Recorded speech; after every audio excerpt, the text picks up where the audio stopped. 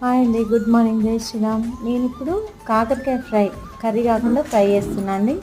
Salt వాటర్లో బాగా కడిగి వాటర్ని తీసేసి ఒక హాఫ్ స్పూన్ పసుపు, 1 స్పూన్ కారం, 1 స్పూన్ సాల్ట్, 1 స్పూన్ ధనియా పౌడర్ వేసి దీంట్లోనే ఆయిల్ వేసుకోవాలండి.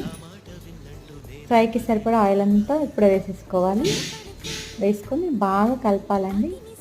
కారం ఆయిల్ అన్నీ ఇలా పచ్చగొట్టేటట్టు కలిపి ఒక హాఫ్ అన్ అవర్ 20 మినిట్స్ మీ టైంని బట్టి అలా పక్కన పెట్టేసుకోండి. నేను ఒక 20 మినిట్స్ పక్కన పెట్టుకున్నాను. ఇంకా ఆయిల్ వేయట్లేదండి, ఒక ఫ్రై ప్యాన్లో మొత్తం వేసేసి ఇంకా ఫ్రై చేస్తున్నాను. కర్రీ చేసుకుంటాం కదా మనము, కర్రీ కాకుండా ఇట్లా ఫ్రై, ఇట్లా మా పిల్లలకు చాలా ఇస్తానండి. చూడండి ఫ్రై అయిపోయినాయి, ఆయిల్ అంతా బయటకు వచ్చేసింది చూడండి. కొంచెం కరివేపాకు, కొంచెం కొత్తిమీర వేసాను. ఎంతో టేస్టీ కాకరకాయ ఫ్రై రెడీ అయిపోయింది చూడండి.